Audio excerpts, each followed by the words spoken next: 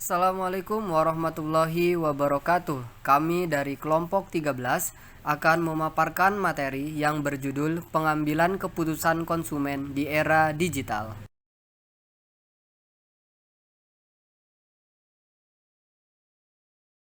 13 beranggotakan Yuyun Yuningsi, Eka Rianto, Lilis Sulistiani, Risa Rohayati, Tika Fatihah.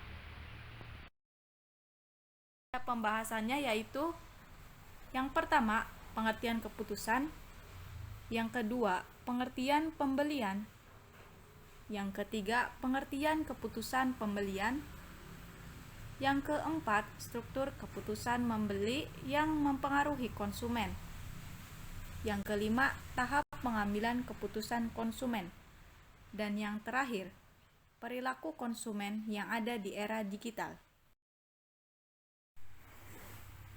Materi yang pertama membahas mengenai pengertian keputusan.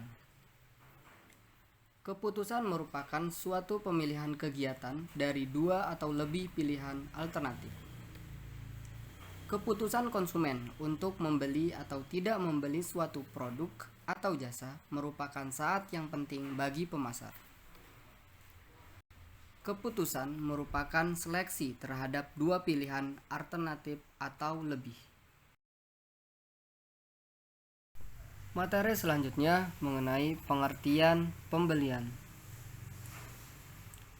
Proses penemuan sumber dan pemesanan bahan, jasa, dan perlengkapan. Kegiatan tersebut terkadang disebut pengadaan barang.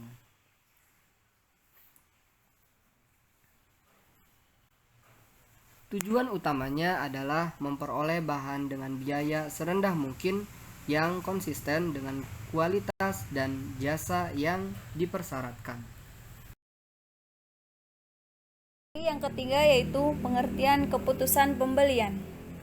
Menurut Kotler dan Keller, keputusan pembelian sebagai tahap keputusan di mana konsumen secara aktual melakukan pembelian suatu produk. Adapun dimensi dari keputusan pembelian menurut Kotler dan Keller diantaranya yaitu: poin A, pilihan produk. Konsumen dapat mengambil keputusan untuk memilih sebuah produk dengan pertimbangannya. Yang pertama yaitu keunggulan produk. Tingkat kualitas diharapkan oleh konsumen pada produk yang dibutuhkan dari beragam pilihan yang ada. Yang kedua yaitu manfaat produk. Tingkat kegunaan yang dapat diperoleh konsumen pada tiap pilihan produk untuk memenuhi kebutuhannya. Yang ketiga yaitu pemilihan produk. Pilihan konsumen pada produk yang akan dibelinya sesuai dengan kualitas yang diinginkan dan manfaat yang akan diperoleh. Selanjutnya yaitu pilihan merek. Dalam hal ini, perusahaan harus mengetahui bagaimana cara konsumen menjatuhkan pilihan terhadap sebuah merek, yaitu yang pertama, ketertarikan pada merek. Ketertarikan pada citra merek yang sudah melekat pada produk yang dibutuhkan. Yang kedua yaitu kebiasaan pada merek. Konsumen memilih produk dengan merek tertentu karena sudah terbiasa dengan merek tersebut pada produk yang dibelinya. Yang ketiga yaitu kesesuaian harga. Konsumen selalu mempertimbangkan harga yang sesuai dengan kualitas dan manfaat produk yang akan diperolehnya.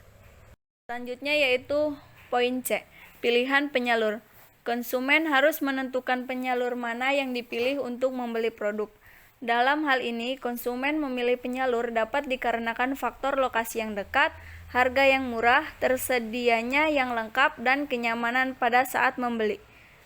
Poin D, waktu pembelian. Pada saat konsumen menentukan waktu pembelian dapat berbeda-beda, yaitu yang pertama, kesesuaian dengan kebutuhan, ketika merasa butuh sesuatu dan melakukan pembelian. Yang kedua yaitu keuntungan yang dirasakan, ketika konsumen membeli kebutuhannya akan suatu produk pada saat tertentu, maka pada saat itu konsumen akan merasakan keuntungan sesuai dengan kebutuhannya melalui produk yang dibelinya. Yang ketiga yaitu alasan pembelian. Setiap produk memiliki alasan untuk memenuhi konsumen pada saat konsumen membutuhkannya.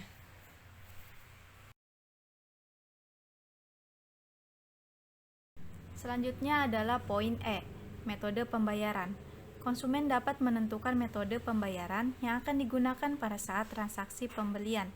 Konsumen mungkin akan menggunakan pembayaran seperti melalui bayar tunai secara langsung atau menggunakan cek, kredit melalui lembaga keuangan, menggunakan kartu ATM, menggunakan kartu kredit, menggunakan kartu debit, dan menggunakan kredit melalui toko ataupun melalui metode pembayaran lainnya. Struktur keputusan membeli yang mempengaruhi konsumen. 1. Keputusan tentang jenis produk. Konsumen dapat memutuskan untuk membelanjakan uangnya untuk membeli produk X atau tujuan lain selain melakukan pembelian. 2. Keputusan tentang bentuk produk. Konsumen memutuskan untuk membeli produk X dengan produk tertentu. 3. Keputusan tentang merek. Konsumen memutuskan merek yang akan diambil. Perusahaan harus mengetahui bagaimana konsumen memilih sebuah merek. 4. Keputusan tentang penjualan. Konsumen memutuskan di mana akan membeli. Perusahaan harus mengetahui bagaimana konsumen memilih penjual tertentu. 5. Keputusan tentang jumlah produk. Konsumen memutuskan jumlah produk yang akan dibeli. 6. Keputusan tentang waktu pembelian. Konsumen memutuskan kapan harus membeli. Yang ketujuh, keputusan tentang cara pembayaran. Konsumen memutuskan mode pembelanjaan yang disukainya. Perusahaan harus mengetahui hal ini, yang akan mempengaruhi dalam penawaran pembayaran. Dapat dilakukan untuk tunai, kemudahan kredit, bunga rendah, dan lain-lain.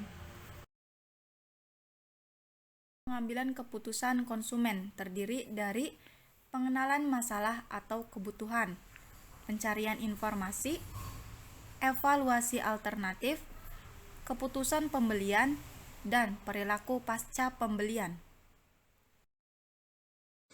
Selanjutnya, perilaku konsumen yang ada di era digital.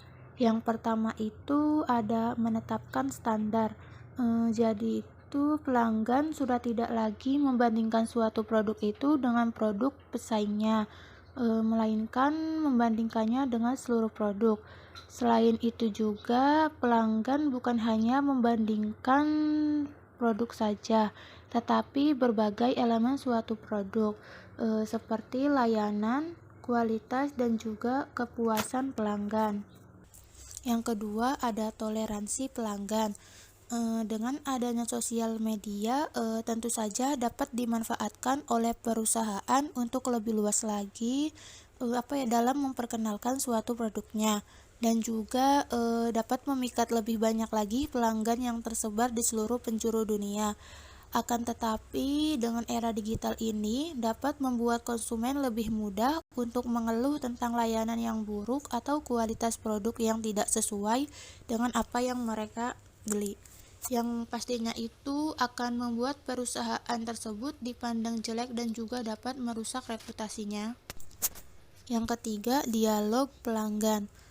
Saat ini kebanyakan pelanggan yang ingin membeli suatu produk itu datang dari ulasan atau pendapat dari orang-orang di sekitarnya, seperti dari teman, pacar, ataupun keluarganya.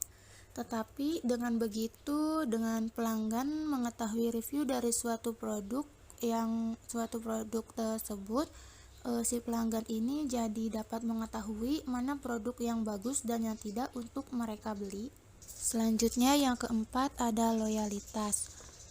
Jadi pelanggan itu tidak mau menghabiskan uangnya untuk membeli produk atau jasa dengan kualitas yang buruk, melainkan si pelanggan ini cenderung ingin membayar lebih mahal untuk produk atau jasa dengan kualitas yang baik daripada harga yang murah namun kualitasnya buruk. Setelah itu pelanggan juga dapat memberikan testimoni yang baik ataupun tidak setelah membeli suatu produk tersebut, dan nantinya testimoni inilah yang akan dikuatkan di sosial media yang dimiliki oleh perusahaan. Yang kelima ada informasi. Pada saat sekarang ini pelanggan sudah dapat lebih mudah mengakses informasi ataupun ulasan dengan hitungan detik dengan media sosial. Dan yang pastinya informasi tersebut dapat memberi mereka cukup fakta atau keputusan jika mereka ingin membeli suatu produk tersebut. Yang keenam, yang terakhir ada kualitas multi-channel. Brand tidak memutuskan metode komunikasi mana yang paling tidak digunakan oleh, melainkan mereka sendirilah yang memutuskan apa saja yang paling banyak dipakai oleh teman mereka, keluarga mereka, dan influencer mereka. Karena brand itu perlu memilih berdasarkan kecocokan jenis interaksi yang mereka cari. Apabila jika tidak paparan interaksi dengan pelanggan menjadi tidak menguntungkan. Terima kasih. Baiklah, sekian presentasi dari kelompok 13. Kurang lebihnya mohon maaf dan semoga bermanfaat materi yang telah kita sampaikan. Wassalamualaikum warahmatullahi wabarakatuh.